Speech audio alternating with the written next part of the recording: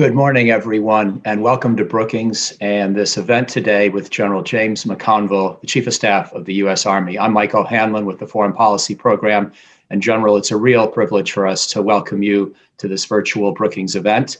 Let me say right up front as well that we will look forward to audience questions, maybe in the last 20 minutes or so of this hour-long conversation. And you can send them in at events@brookings.edu.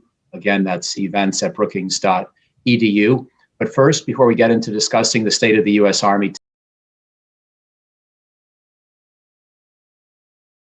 today and its preparations for great power competition, let me say a brief word of welcome to General McConville. He's a native of Quincy, Massachusetts, so Massachusetts has certainly had a good run in the top tier of the Pentagon of late with General Joe Dunford, General Mark Milley, and General James McConville.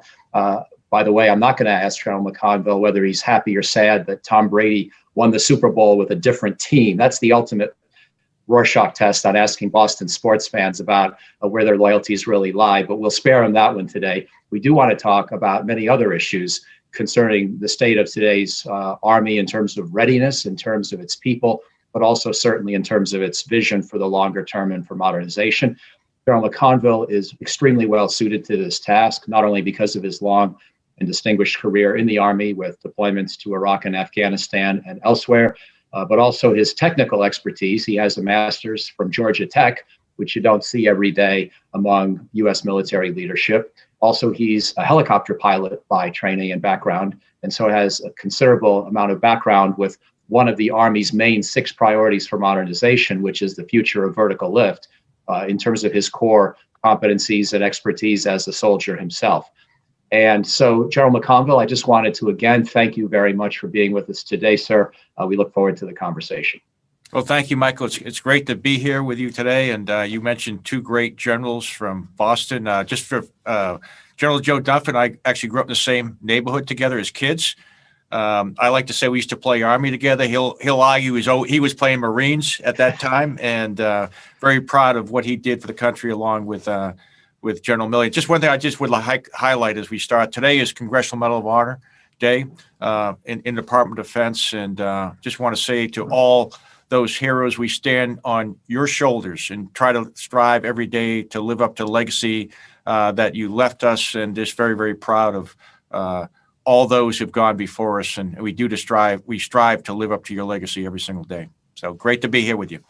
General, that's a wonderful comment, and it leads in, I think, to maybe our first topic that I wanted to ask you about today, which is the people of the Army, and of course, the soldiers, their families. You've talked also about veterans and those who have served before, but I wanted to ask you about the state of the Army. I want to tip my cap personally to everybody who's now a year into COVID, as well as all the other challenges that have been facing the armed forces. And by most of the metrics that I can see, things are looking pretty good in terms of recruitment, retention. There have obviously been some concerns in the last few months with some of the issues of violent extremism and linkages to various parts of our society, and that's a challenge for any large organization. So you may or may not want to comment on that too. But I wondered if you could just take stock of the people of the Army today, and specifically the kinds of trends that you've seen over this last year as we've been facing this major COVID crisis in the country, which of course has all sorts of disparate effects on the workforce and on your ability to recruit and retain. So if you could please speak to that a little bit. Yeah, sure, Michael. You know, we often talk about the fog and friction of war. And, you know, in some ways we're in war in the United States right now, and we're fighting this invisible enemy that we call COVID. And, you know, it's had a traumatic effect on our country. When we look at those, unfortunately, who have passed away due to COVID, the numbers are just terrible. So what I've been very, very proud of our people, the United States Army. When I talk about people, as you said, it's our soldiers from all 3 components. It's our Department of Army civilians, it's our families, and it's our veterans and retirees. They all have been affected by this, but they've continued to do their jobs. And, you know, in the military, in the Army, you know, specifically that I know about, is we can't telecommute to combat. So we got to continue to recruit. We have to continue to retain. Our families continue to deploy overseas and around the country. You know, we bring in 130,000 soldiers about every single year. And so we have to recruit them. Our recruiters have done incredible work making mission. And we're very blessed that young men and women still want to raise their hand and serve their country, even during these very difficult times. And so we've had to change the way we actually recruit. We had to take a pause in training, but we're back up to full scale. And we really did miss a beat after the pause of how do we actually bring soldiers in, make sure their parents know we're going to take care of them while they're going through COVID. And we had to put measures in place to do that. And we've been able to train our soldiers during initial military training, advanced visual training, and then move them out to their respective divisions and posts that they're going to. Our combat training centers are still going on and still conducting that large-scale ground combat operations that we need to do. And we are still in Afghanistan, we're still in Iraq, we're still in Syria, we're still in Korea, we're still operating in Europe, around the world, and reassuring our partners and working very, very closely. So, and I didn't talk about the fact that not only are we fighting COVID in the Army, our soldiers, our medical professionals have gone into hospitals around the country and provided that additional support to help these communities fight COVID. Right now, we've got multiple teams out there doing vaccinations and have really, gone off that to help defeat the COVID. So I couldn't be prouder of what our Army is doing right now. You talked about some interests, some issues that we're concerned about. We're certainly concerned about sexual harassment, sexual assault, extremism, and racism in the Army, and those are the type behaviors that we're going after. They break down the cohesion of our units and they impact readiness. So we are at all levels getting after those type issues. But again, I'd just like to say that I could not be prouder of our Army today. Thank you. I wanted to really build on some recent papers that you've put out, I know are a big priority for you. And one came out just last week, which was the concept of multi-domain operations and preparing the Army for the future of great power competition. There was only one small typo. I thought you should have published it on March 17th instead of March 16th. And then it could be the St. Patrick's Day paper and would be known that way forever. But leave that aside.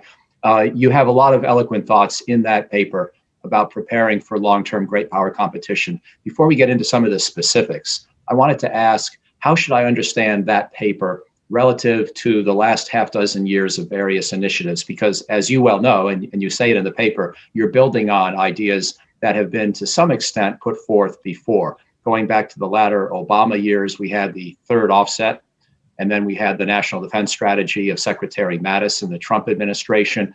The Army and Air Force have been pushing multi-domain operations for a number of years as an integrating concept, trying to expand the battle space in multiple dimensions and over a longer range.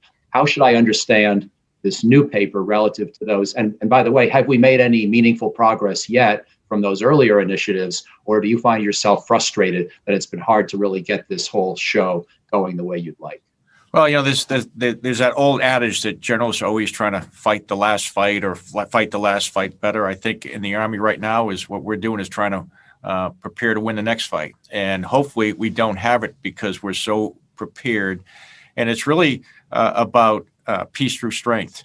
And it's about developing a military, developing an Army that has the ability to compete below the level of armed conflict, and also has the ability to deter those who could wish us harm in some situations. So what we're recognizing is, there is great power competition that's different from what we've been doing for the last 20 years. Many of our officers and non-commissioned officers that have served the last 20 years have been involved in irregular warfare, counterinsurgency, counterterrorism type operations like we've seen in Afghanistan, in Iraq, and in Syria. And they've done that extremely well.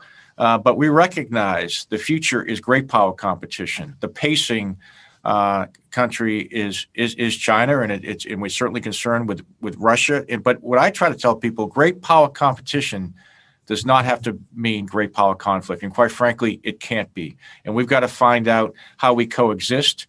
And I believe, getting back to peace through strength, that peace comes from a whole of government effort.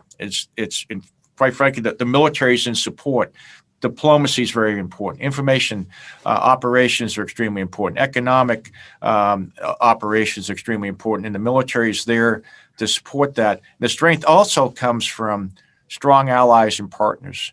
And when we talk about competition, it's about working very, very closely with our allies and partners throughout the world. And my experience as a chief has been with them. That's the type of relationship they want.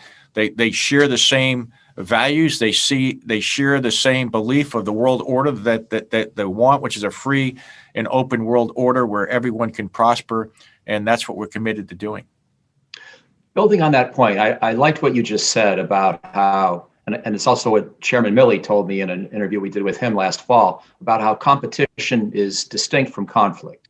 And the first is maybe inevitable and maybe even at some level, okay. The second is absolutely to be avoided at all costs with a nuclear armed adversary, if at all possible. And yet you need to have the robust deterrence and capability for winning to be able to do that.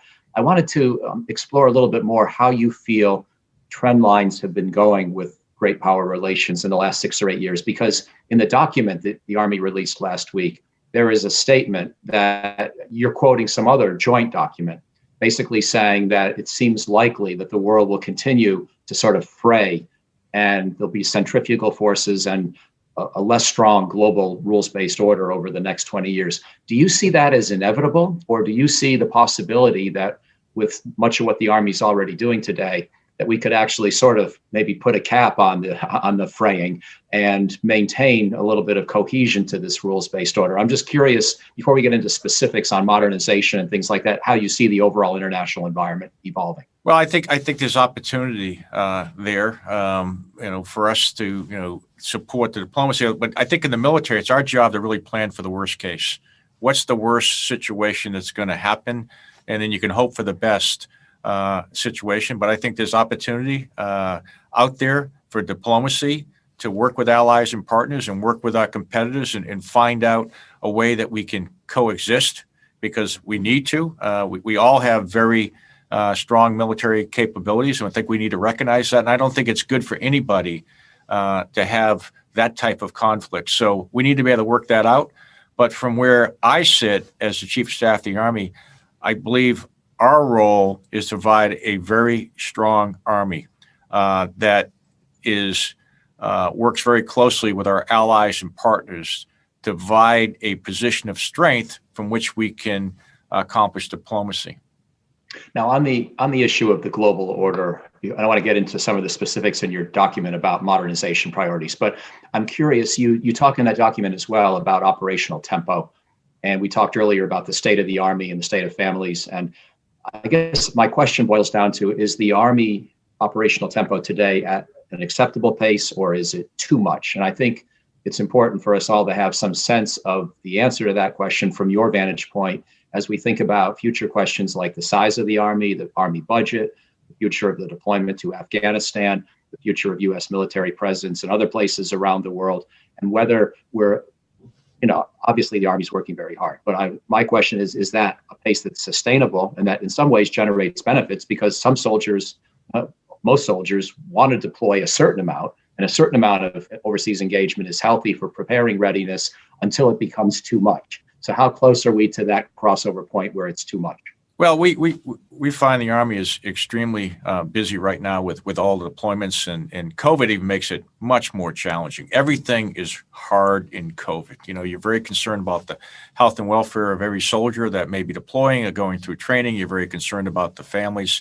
From where I sit, we have some forces that are really high deployment type forces, and we certainly want to lessen them. We're going to a new model in the Army, which is a regionally aligned readiness and modernization model that's going to allow us, to modernize the force and give predictability in how we're doing that. Many of our systems that we're developing right now, we're very pleased with the speed that they're coming in. So over the next, 2, 3, 4, 5 years, we're going to be fielding major systems, and we have to have a predictable time schedule to do that. So that's coming into the force right now. When we talk about end strength, a lot of people want to talk about what the Army's end strength should or shouldn't be. I'll tell you, we're a little over 1 million for the total force. We're at 485,000 for the regular Army force, which is the same size of the force that we were at 9/11. So, at least as I talk about budgets and I talk about the future, from a chief standpoint, I think the size of the Army is about where it needs to be. I'd like to see it bigger, but I also have got to recognize trade-offs, and we don't have the budget yet, but a lot of people are saying that you shouldn't anticipate having a much larger budget than you have. So what we're doing is prioritizing what needs to get done, and I believe that we must transform the Army for the next 40 years. And I make the argument every 40 years, I think the Army needs to transform. It did in 1940 when General Marshall sat in my seat for World War II. We used a lot of those systems and weapon systems really up to 1980s when I came in the Army. We did a major transformation in the late 70s and 80s. That's where air, land, battle came in. That's when we stood up our combat training centers, and we had our big 5 modernization efforts. And what we've done over the last 40 years is incrementally improved our systems. And I make the argument when you start running out of letters, you need to get new systems. And that's where we're at right now. And what I want to try to do is set the stage for the chiefs that are coming after me for the next 40 years and reset the balance, not only on, the modernization priorities, but it's also the type of doctrine we're going to have. We're standing up new organizations. We're doing things with talent management. All these come together to give us the force that we need, that's going to provide the strength that we need for the next 20, 30, 40 years in great power competition. So you mentioned, thank you for that historical perspective, because that's very helpful for me to frame the next question. You mentioned the big 5 successes of things like the Abrams tank in the 1980s, and then which carried on and were modernized and upgraded. And then, of course, at a time when you were out in the field primarily, the Army struggled, and sort of its next big 5 sort of floundered through the 90s and into the early 2000s, capped off by the Future Combat System. Now you've got 6 priority areas of modernization that I know that you and former Secretary McCarthy and Esper and General Milley, when he was Army Chief, that you developed together.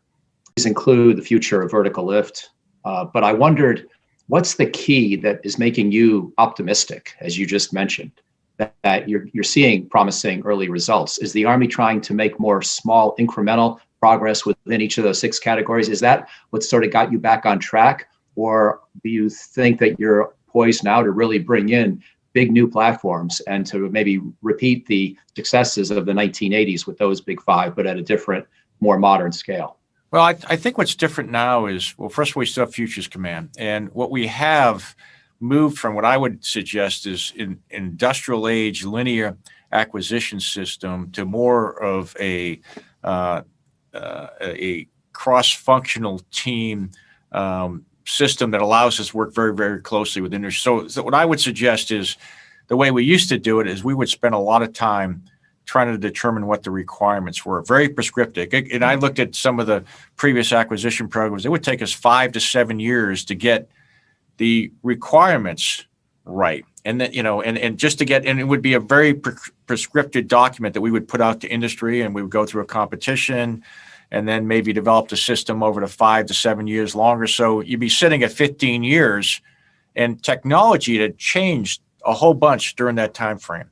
And you may end up with something that's just not right for where you're at.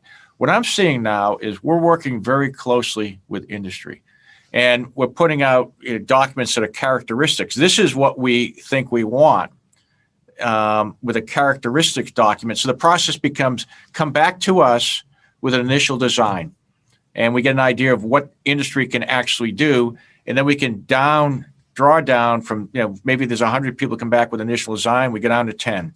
Then we say, come back with a detailed design, and we've upped our characteristics, and now there may be 5. And we get an idea of what they can actually do. We adjust our characteristics, and then we down to select maybe to 2. And now we haven't built a prototype. And when you get a prototype, you can really start to get your requirements right, because you're not in the unobtainium. You didn't ask for something that can't be done. All along the way, you're having soldier touch points, and you start to realize that maybe that requirement that should be airdroppable from 80,000 feet, or should be able to, go underwater for, 90. We don't really need that. In fact, if we had known that was going to add 2 years to schedule or hundreds of millions of dollars to cost, we would have taken that out. But industry is trying to do what we told them. So what we're seeing is we're driving before we're buying. We're flying before we're buying. And I'm very, very impressed with what I'm seeing with industry. We're going to field a hypersonics battery in 23. I mean, a lot of these systems are happening very, very quickly. We're talking 2, 3, 4 years, and new aircraft that are flying right now that are going to be, in less than 10 years, which is pretty amazing. So we're very, very happy. We're finding when industry invests along with us, they're very, very effective in how they use their funds. And so we're pretty excited about where we're going and what's happening. Now, on those 6 areas of priority, and I think I remember them all, there's certainly long-range fires. That's right. There's future ground vehicles, future of vertical lift, the network, the soldier, and then air and missile defense. And the beauty of those 6 is that even a Brookings scholar can remember them. But the downside potentially, and I wanted to ask you to comment on this, is that when you add them all up, it really does sort of encompass almost everything in the Army. And your document, your paper from last week also talks about sustainment and logistics. And so that's almost like a 7th priority. And I wondered if you have, within that list of priorities, if you have a top 2 or 3, so that you know how to, as chief, really prioritize your own concern and not let this list become all encompassing. And therefore, if you prioritize everything, you prioritize nothing, so to speak. So I wondered, within that set of categories, do you have 1 or 2 or 3 that are the most important to you? Well, if you take a look at the 6 priorities, and we also, as we take a look at how we tie them together. So from where I sit is long-range precision fires is extremely important. We think we need to have that. And when I look at all the areas, that is moving out very quickly. So we're going to have the capability, basically for anti-ship capability. We're going to have the ability to suppress air defense systems at a very, very long range. We're going to have the ability to do strategic counterfire. We're going to have the ability to do anti-access air denial capabilities. So I think that is very, very important. And, some of my colleagues, the General Dan Allens and some of that came before me, and H.R. McMaster's talked us about being outranged, outgunned. And, so part of that is in the future, we're not going to be outranged. We're not going to be outgunned. We're going to have those type of capabilities, which we think is really important. I think the ability for the next generation combat vehicle, the core of the United States Army is ground combat, and the ability, the Bradley served us well, but I think we have to replace the Bradley in the future, and that is what the next generation combat vehicle is all about. That'll be very, very different how that operates, and also the idea of how we do man unmanned teaming on the ground. We do it in the air right now, but in the future, we're going to see a lot more on that ground and taking advantage of the artificial intelligence and autonomous systems that are available. Some people said we're developing 2 aircraft right now for future vertical lift. And what's pretty incredible is how fast they've done that. And they're flying right now. So, and they're relatively new concepts of how we're going to get after the range and speed that we need. And then the big idea for the United States Army, it really kind of flows from, we're looking at, we know we need speed in the future. We know we need range, and that's distance of weapon systems, but it's really about convergence and how we bring all these systems together to get what we call decision dominance. The fact that we're going to, the technology is converging, unlike it was before. So you can quickly take multiple senses, bring them back into an integrated battle command system, and then use an artificial intelligence, quickly determine what is the right shooter to engage that target, is something that we just did in Project Convergence out at the Yuma Desert. And what we were finding is previously we were getting lethal effects in tens of minutes. Now we're getting them in tens of seconds. So those are the type of things that we're going to go after. And when I talk to industry, I say the same thing. We have a prioritization of the programs if we have. Now, ideally, what I'd go is I'd like to stay with the 31+4. I'll go back to other legacy systems that we may not incrementally improve in the future. We're spending money, so there'll be that time when we say, hey, we have to move from legacy to the new systems, and we'll do that. But those are where we're going, and cost, performance, and schedule does matter. To me, success is in the hands of a soldier, and we're not going to have long, drawn-out programs that we can't get to our soldiers. And that helps answer another question which I had in my mind. It's about the defense top line. I know this is a tough question to talk about in the sense that the Biden team is still getting established, and they haven't done a 5-year plan. But we hear this question on Capitol Hill a lot already. Is the Pentagon budget already too big? What about what Secretary Mattis and General Dunford had proposed when the NDS came out, that we needed 3 to 5% annual real growth indefinitely, but now that seems to have ended. How can the Army cope with a potentially more austere, or maybe let's just say flat, budget top line environment going forward? If you have to choose between, let's say, quantity and quality, so to speak, or readiness now versus modernization for the future, or what part of the force is active versus what part is reserve component. Do you have any initial instincts at a sort of almost a philosophical level? Because I realize that programmatically you're not going to make these kinds of proposals until you're told what your guidance is. But at a philosophical level, do you have any instinct about where you make the tough choices? Yeah, I do. I think first of all, you don't buy more structure and people than you absolutely need, because that's where the expense is. So I think we've already kind of made that decision. When we do our analysis, and the chairman, Secretary Esper before us, and I was in full agreement, I would have a bigger sized army if I thought we could afford it. I think we need it. I really do. I think the regular army should be somewhere around 540, 550. That would, if we take a look at the size of the Army during, the peak times during Iraq and Afghanistan, the regular Army is about 570,000, and we had 150,000 National Guard and reserves on active duty. So that was about 720,000. So we're sitting right now at 485,000. There's other things I'd like to do, but what I kind of have looked at is I've already probably had to give up the growth that we're going to have planned in the Army, because if we do go flatline. So that is kind of on the table right now. We're probably not going to grow the Army, even though I'd like to more, because end strength is something we have to take a look at. We take a look at readiness. It's, I have got to make sure that every soldier, no matter what component, goes into combat ready to do the mission. That's where the predictability in the model becomes really important, that you make sure that at the highest level of readiness, the amount of brigades that we need to do the mission. Now, you can start to take risk in that maybe you don't do as exotic type exercises. You might be able to get the same type of training at the CTC. You may not rotate the forces much overseas. You might, look at using our pre-positioned stocks more forward rather than actually bringing the whole system over there. So there's some things we can do to make our training more efficient and more effective. So that's a kind of the other bucket you have to go to.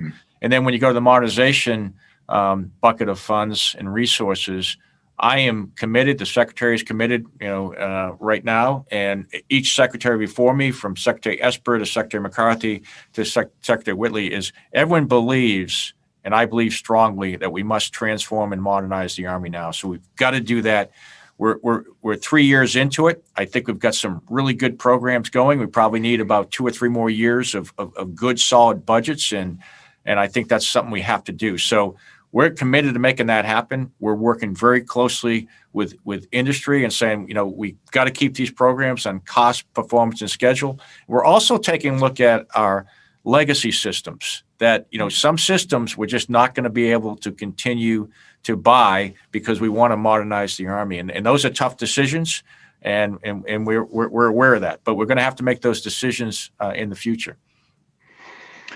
Just one more broad question from me, and then there are a number that are coming in by email that I'll ask in just a moment. But as I read the Army paper last week on multi-domain operations and great power competition, I appreciated the the tension, the intellectual tension between two ideas. And I wanted to ask you to comment. And I think this was the fact that there was tension in the paper was good, because in the real world, there's often, forces pulling in multiple directions. On the one hand, you talked a lot about wanting to react rapidly, win the first fight, be decisive early on, not require a big logistical buildup like in Desert Storm, recognizing a future enemy may not grant us that opportunity.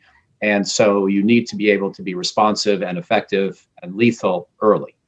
On the other hand, you realize you may not get that choice because a lot of your paper was about how units at the smaller scale level may have to operate with their command and control disrupted. They may have to operate, essentially on their own to some extent, or with minimal integration with other units, because you're not going to have the ability to just deploy 250,000 of them all together into one place. And I like that because, frankly, my view of warfare is, first of all, in American history, we don't usually win the first battle, to be blunt. I mean, historically. And then secondly, when militaries have built plans that required winning the first battle, it often created a preemptive dynamic, which was dangerous. Let's say the Germans in World War I with the Schlieffen Plan, where you had to go first or you lost. And that put pressure on policymakers in a crisis to choose war rather than crisis management or negotiation. So I wanted just to ask you to comment on that tension. And I guess the way to put it to you in a specific question is, do you really think the Army is likely to have the luxury, if you will, of winning that first fight or being able to be decisive in that first fight? Or are you really putting your eggs in a number of baskets where you realize we may not get that opportunity as much as we would prefer to? Well, I think that's a great question because, in a perfect world, we would know where we're going to fight and we'd have a plan, and we could actually have a calibrated force posture such that we'd have exactly the right troops in the right place at the right time. But, history has shown us we usually don't get that right. So what we're trying to do is figure out, the best way to provide options. And, that's why we have what we call in the Army calibrated force posture. We have some, forces that are stationed forward. They're permanently there. We have some forces that are rotational. We have some forces that are the actual equipment, which takes a long time to get there, is pre-positioned forward. And this is where the relationships with allies and partners becomes so important because we can work with them and we share the same interests, and they provide a certain amount of military strength. They also provide us access. If you're going to go somewhere, you usually need an airfield or report if you're going to be able to conduct some type of operations, and then you're going to support those operations. And so that becomes extremely important. So the tension becomes, how do you go beyond being what I would say a one-option commander? If you only have one way in or one place you can go, you probably haven't set up the commanders you're supporting or the national command authority you want. What we want to do, and this is where the joint force comes in, this is where the combined force comes in, is what we want to do is provide multiple options. So if they shut down one port, they shut down one airfield, they take away this one capability, you're not sitting here saying we have no options. We have multiple options. And this presents multiple dilemmas to our competitors. And I think that causes them to pause and think, maybe we don't want to take this action that we were thinking about because there's multiple ways that we can impose costs on them. And it may be a diplomatic cost, it may be an information cost, it may be an economic cost, or it may be a military cost. But that is how I think you most effectively compete in the world today. Outstanding. Well, thank you. I've really enjoyed my opportunity to ask you questions. And now I'm going to start to bring in some of those we're getting from a lot of the audience. And again, events at brookings.edu, there may still be time to sneak in one or two more, but I've got a bunch. So the first one gets into the specific modernization priority of long-range fires and is asking, I guess, maybe for a little bit more detail, including to what extent might the Army be collaborating with the Marine Corps with its artillery and anti-ship accounts, as well as the Navy's ongoing investments in long-range munitions, but also anything more specific you might want to add if there's a program or two that's of particular interest to you in the long-range fires category. Yeah, I'll start at the top, which is really the strategic long range fires, which is a hypersonic missile capability. We're working very closely with the Navy on that system, and again, all the services are sharing certain amounts of technologies. But that is going very, very good. We did a recent test that was very successful. That we published the results on, very long distance and very precise capability. We'll be doing more tests coming up over this next year and into the future. And we anticipate the first battery being in place. We'll pick the commander. We're putting the team together, and that battery will be fielded in 2023, and that is going to be part of our multi-domain task force with a strategic fires capability. The second is a mid-range capability, which we're working right now, both with the Navy and the Marine Corps, SM-6s and Tomahawk capability from the ground, from a land-based capability to give us, again, a mid-range capability, but also an anti-ship capability, which allows us to provide commanders an anti-access air denial capability like some of our competitors have done against some of the systems. And again, that's a 2023 capability that's coming in. The systems are already set. We already use Tomahawks. We already use SM-6s. So it's just a matter of configuring them for the system that we're going to use. And then the Marine Corps is using we're working with them with some of the technology, whether it's autonomous vehicle capability or JLTV capability that as they develop their systems. And then the precision strike missile system again is coming on board.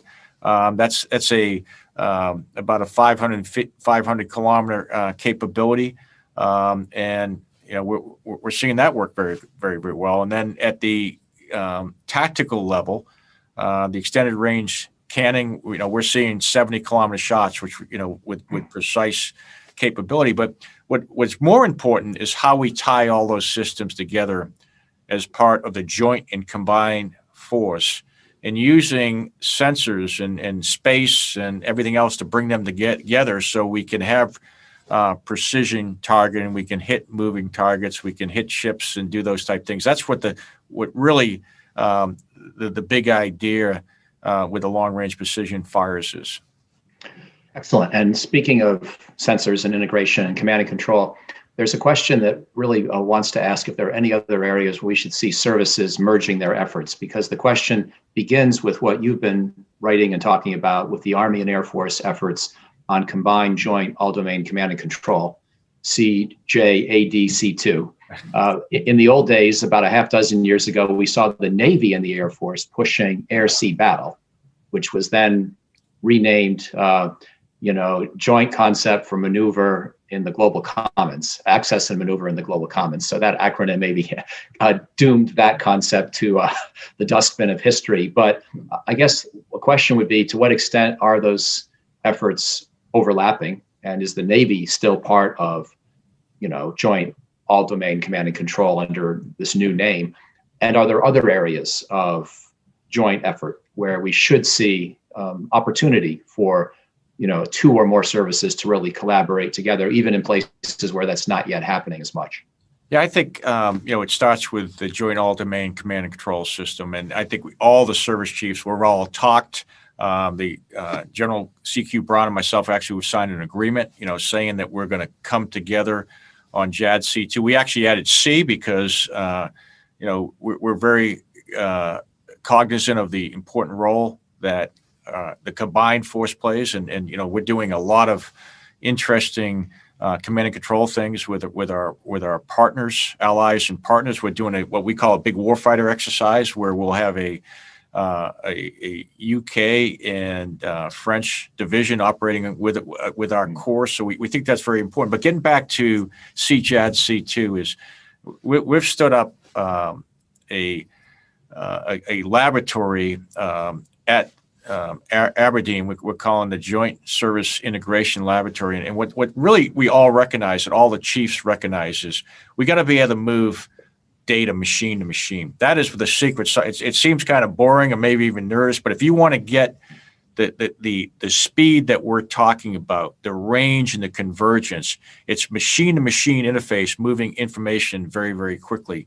And what that laboratory allows us to do is to practice it. You bring in, the communications for a certain airplane with a certain ground system, and you get the people that are experts in that, and you figure out how do you just move information back and forth in a very efficient way, and how do you introduce maybe artificial intelligence or some other capabilities where you don't move all the information, you move the amount of information that you need, and how do you move away from gateways and translators that will actually have latency. So a lot of the type of things we're trying to get to is how can you just link in all these systems? All the service chiefs recognize that. But at the same time, all the service chiefs recognize we're starting from baseline where we're at right now. We have our radios, we have our command and control systems.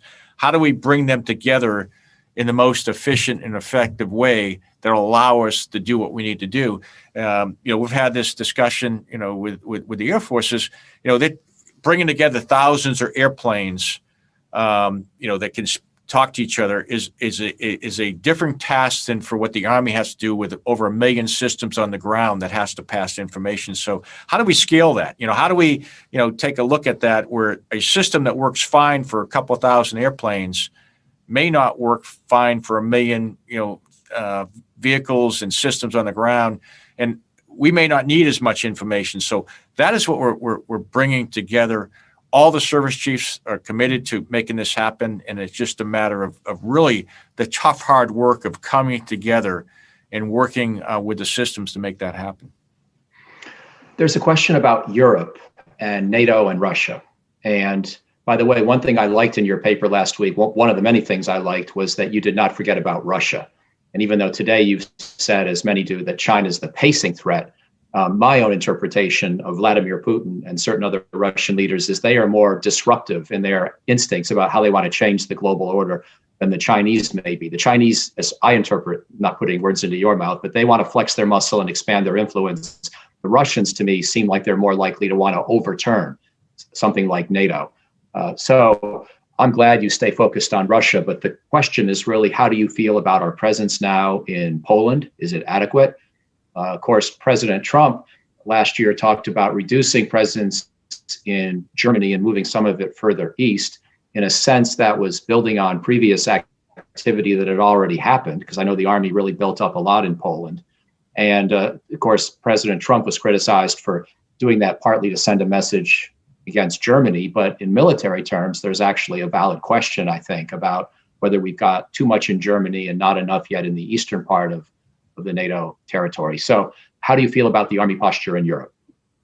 I think the Army posture right now is we're pleased with where we sit. We have General Chris Cavoli now as a 4-star, and what we've done is we've taken U.S. Army Europe and U.S. Army Africa together and combined those into a 4-star command, and that puts General Cavoli in a position that allows him to really work very closely with the senior leadership in Europe to bring together a team. And we've also stood up the 5th Corps. We brought that back again because what we've found is many of our allies and partners want to work closely with us, and many will bring certain capabilities, but they need to tie into some type of command and control and structure. And that's why the CJAD C2 becomes really important, because some countries may have a couple of brigades, so they may have a brigade they want to, or they have a certain or fires capability, especially in NATO, that they want to contribute, but someone has to bring that together. And one of the things that is kind of a change, and there'll be critics out there on us, when you're going to do large scale ground combat operations, you really have to start setting a theater. You have to look beyond the brigade combat teams. We start talking about doing strategic fires. That's not going to be done at the tactical level. You've got to have the appropriate command and control structure in place that can plan those type of operations. So I think where we sit right now in Europe, there is a posture review going on. We'll see how that plays out, and we will provide best military advice. But the systems that we have in place, the relationships that we have both with the Poles and Romanians is very strong. And as we take a look at the future, do we position multi-domain task forces there? How all those systems come together? That's being discussed right now, and we'll see how it plays out. By the way, any comment on the other NATO presence in the Baltic states? I know that's not primarily a U.S. mission, but the so-called enhanced forward presence, the multinational battalions, one each essentially in each of the 3 Baltic states. Are you happy with that? I mean, some of us on the outside, view this as probably adequate, but basically a tripwire force, not really a defense force per se. I'm not sure you want to use those words, but do you feel okay with having a grand total of some 5,000 NATO troops in the 3 Baltic states combined, or would you like to see us consider making that more of an integrated combat brigade as one alternative, or maybe just adding more people as another? Well, I'd probably defer to General Walters and General Cavoli on the posture. But like overall, what I think is the strength becomes from the strong relationship between the whole of all the allies and partners together. That's where I think the strength comes from. Everyone's in this together, and the fact that as if we're united in purpose, then you have the ability to show strength, and then you have the ability to impose costs if that is necessary. But I think that's all worth taking a look at. I think that's part of new administration. We'll do a posture review on where we're at and what we want to do, and we'll have the opportunity to give best military advice into that discussion, and then we'll see how it plays out. There's a question about Congress and Congress's support for your modernization priorities, and you've been very eloquent in explaining them to us today. But I wondered if there were certain areas, and the questioner wonders whether there are certain areas that you are having a challenge, either conveying the importance of a given mission to the Congress as you see it, or meeting other kinds of resistance. So what's the biggest challenge to getting your modernization priorities funded by Congress? Well, I think what we have to do is show that first of all, the programs we have fit into the overall joint warfighting concept. I mean, it's everyone is taking a hard look at how much money we're spending on a whole bunch of areas around the country. So we are in a competition for resources in that everyone's trying to figure out how we get the security we need for the country in the most efficient and effective way. And so as we take a look at what the joint warfighting concept is, as we take a look at how we're going to compete globally, what I think we all the services owe is here's how we help meet the national security goals, and here's what it costs to do that. And then when we have programs, we got to make sure that they're on cost, performance, and schedule. And what we can't have is, we don't want bridges to nowhere. We don't want programs that don't, to me, success or what winning looks like is whatever weapon system we develop, it's in the hands of soldiers, and it makes a difference. And we got to make sure we do that. So what I've seen so far is Congress is supportive if we can make the argument and we can show that we are developing and fielding our programs in the most efficient and effective way, and they support the overall concept of the joint warfighting concept and where we're going to make the country safe. I realize I've got another regional security question. This one's about Korea, and you're probably going to want to say that General Abrams should handle this or Admiral Davidson. But still, since we are speaking and the question came in regard to North Korea and its firing off of 2 ballistic missiles yesterday. Also, you've talked about large-scale exercises and the importance of those versus small squad exercises. So how do you see these missile launches? Any immediate comment? And also, do you feel that it's crucial for the U.S. and ROK to go back to the big exercises that we used to have?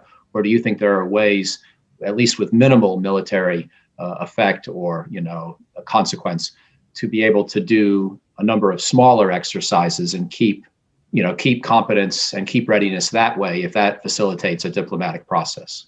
Yeah, I think I agree with you. I think you're probably best for General Abrams to take that one, or even at the national security. But here's the thing about the exercise.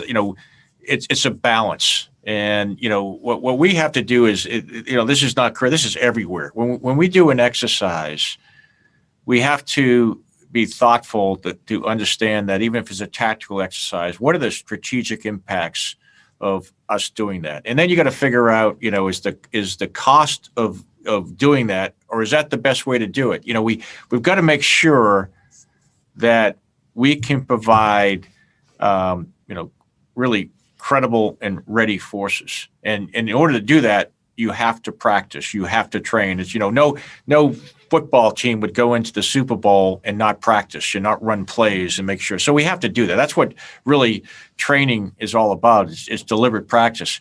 What you have to figure out is, okay, where do you do that? How do you do that? How do you get that capability?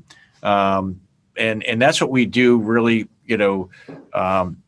around the world. Do you have to put 50,000 soldiers on the ground and orchestrate them to get that effect you need? Ideally, if you could, you would, but you may not be able to do it because of resources. You may not be able to cost. You may not be because of just the strategic impact. So how do you get that? And I think what General Abrams has to carefully weigh is he knows he has to train, but he's also knows that at that level, there's a strategic and diplomatic impact that he has to take into consideration. There's a question about this concept of decision dominance that you've got in your paper.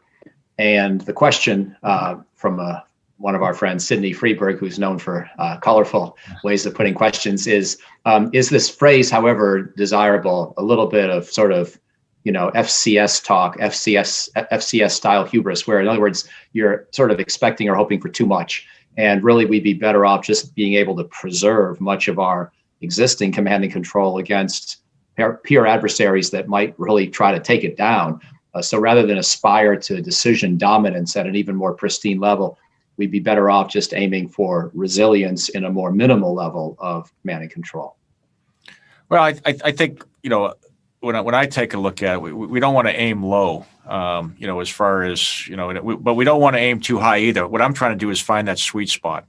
And, as we develop a command and control systems, I believe we use an acronym for everything, like a PACE plan. So, what is the primary way that we'd like to communicate, really to give us the edge? When we want to have overmatch, we don't want to have a fair fight. And, we take a look at some of our competitors, the way to, deter is to make sure that they take a look at what you can do to them, and that influences their behavior and compels them to maybe not do something that they want to do. So when I look at how we get the overmatch that we need, it really comes down to the whole discussion on, we need to have the speed of our systems, the speed of our decision-making. We got to be able to operate over very long ranges, because that's the way a lot of this anti-access air denial systems work. And where we are now, which is different than future combat systems, is I think the technology is in a different place. And, the things that we're talking about are here already. The speed is there. If 20 years ago, we were talking about having an iPhone. I've often talked about that. You talk about, back in the day, if I had told you, I talked to my soldiers, I said, okay, if a lieutenant came into me 20 years ago and said, hey, I got this great idea, we're going to be taking pictures with a phone, I'd be looking at that phone going, well, that's why you're a lieutenant. You can't figure out, how would you take a picture with this phone that we used to have on a wall 20 years ago? So technology is changing very, very quickly. And I think we need to take advantage of it if we want to have the edge that we want. We don't want a fair fight. We don't want to go person on person. We want to give our soldiers the technology that gives them so much overmatch that no one even wants to take them on. If it doesn't work the way we want, and that's why we plan for the worst. If the communications go down, that's why you have highly trained, disciplined, and fit forces and lethal forces that can operate when these systems do go down. And that's all part of the primary, alternate, contingency, emergency type plans that you build into your organizations. So if you have a system where everything is just working perfectly and you've got tremendous overmatch and someone takes that down, and we'll certainly do things to make sure it's cyber protected, but if it doesn't work, we're still going to go. You're still going to have to do things, and that's where you start to go your backup plans, and you want to make sure you have a backup plan. There's a question about roles and missions, and you've talked about long-range fires, and of course, you get pressure in both directions. Sometimes you're asked to work with the other services and borrow from their technology. Sometimes you're accused of trying to move into another service's traditional portfolio. And there are questions in both directions in the chat function today. So how do you figure out when you're going to go do something like more long-range fires from the ground against a ship? How does the Pentagon work to decide that the U.S. Army should be part of the provider for that capability? Also, air-based defense, I know, is another area where General Brown in particular is very interested in collaboration. And there, sometimes the concern is that the Army and frankly, everybody else is not able to do enough, partly because the technology doesn't really seem to match the threat yet in the absence of compelling directed energy, missile defense, or other new generation capabilities. So on long range fires and on base defense, are these two areas where you feel comfortable with the Army's new roles or traditional roles? Is there a need for a new roles and missions kind of bargain? No, I think the vice chairman came out and talked about that as, we're taking a look at the future. And, I've had some people, say, well, why are you into the long range precision fires capability? We've had the discussion even on as we looked at it, and part of multi-domain operations is how do you penetrate? How do you penetrate some of the systems that we're seeing? Especially when you take a look at what some of our competitors have done with anti-access air denial. They put up very elaborate air and missile defense systems. They put up very elaborate anti-ship capabilities, and they're basically trying to expand themselves. And some have built their own islands, and they have done certain things to give them more depth and range and those type of things. So from a military standpoint, you have to say, okay, so how do we penetrate, disintegrate, and then have the ability to exploit in a combat type operation? Then you look at it from a joint force. Who's going to do what? Who has that role?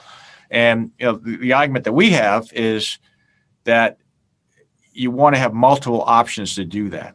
My experience, and I've flown Apaches and from the air side, is you never want to present one dilemma to a competitor or an adversary, because they can deal with that. If you have multiple dilemmas, then they have to kind of think about it differently. So, take a look at long-range precision fires. That can certainly suppress air defense, which could open up a gap if we needed to put,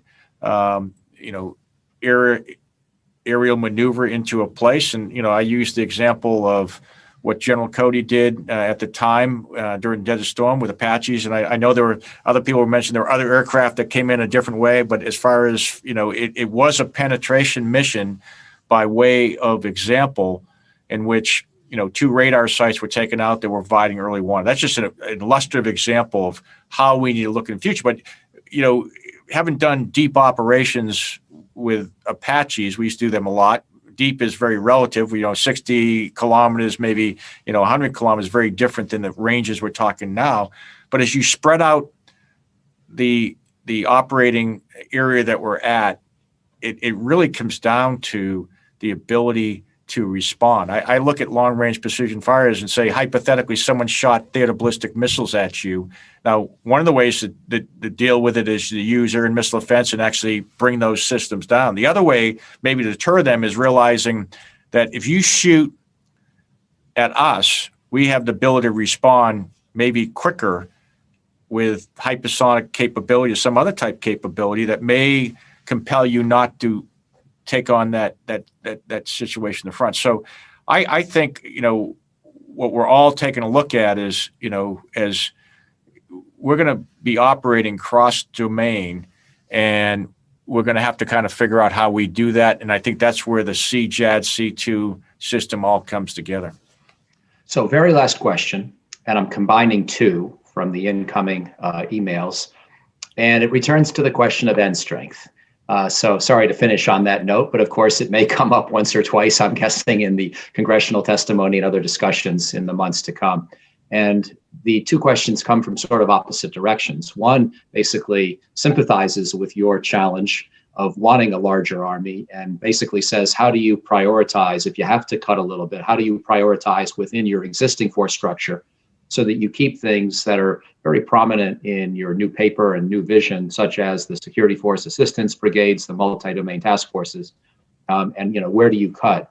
The other question is, why do you think you need such a big army in an era where most of the kinds of threats we're talking about are not really about holding, seizing, and dominating large swaths of territory? And with Russia and China, presumably they're simply too big for that ever to really be an option anyway at whatever size army. So what in your gut tells you you need to have an army of more than 500,000 active duty soldiers? So if I could, I'll put those two questions to you to wrap up, General. Well, I think what drives end strength, and I won't get, because I mean, we do analysis at our level. We take a look at all the different plans that are out there and when forces need to be available and what we need to do. And that kind of drives you to a certain level of what size force that you have. And you also take a look at what is the historical usage of the force. I mean, because you could say, well, hey, we don't think we're going to do this. And, I've only been doing this 40 years, but most of the things I've gone and done in the military, they weren't anywhere near, on our, some of the planning that we had where we thought we were going to do things. So I think, what we have to do, and this is really for the nation, is figure out what is the acceptable size of risks that you're willing to take. And you talked a little about us losing the first battle. I don't want to lose the first battle. I mean, what we want to be is, we don't even want to have the first battle because we're so strong. No one wants to fight us, and you have to put troops on the ground to compel people sometimes not to do certain things. If you just, go back into, I don't want to get into the, you can bomb people and do all those different type things, but, we're seeing that sometimes it takes, and many times it takes, you have to put, troops on the ground, soldier Marines, or, and if to show that you are serious about what we're trying to do. No one wants to have a great power war or any type of war, but the best way to maybe have one is if you're not ready. So I think we need to have the best force that we can afford. And, from a chief standpoint, our job is to give best military advice. We'll get a top line or whatever that is. And then what I have to do is make recommendations on the size of the force, how ready that force should be, and what type of force you want for modernization. And the thing I want to be careful about is it's easy, not easy, but there's always that tension about not modernize the force because you're living in today. And that's a delicate, but I owe it to the soldiers that are going to come after me, the leaders that are come after me, to give them the force that they need so they don't lose the first battle in the future. That's a very, very encouraging and convincing statement to conclude our session on today, General. So I just want to thank you from the perspective of Brookings, myself, and all the listeners. And I want to thank everybody in the U.S. Army family, all the great people you mentioned earlier, your soldiers in the active and reserve component, their families, the civilians, the retirees, the veterans. So best wishes to everyone.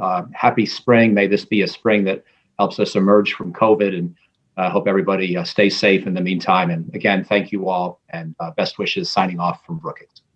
And thanks, Mike, for having me. Good to see you. Thank you, General.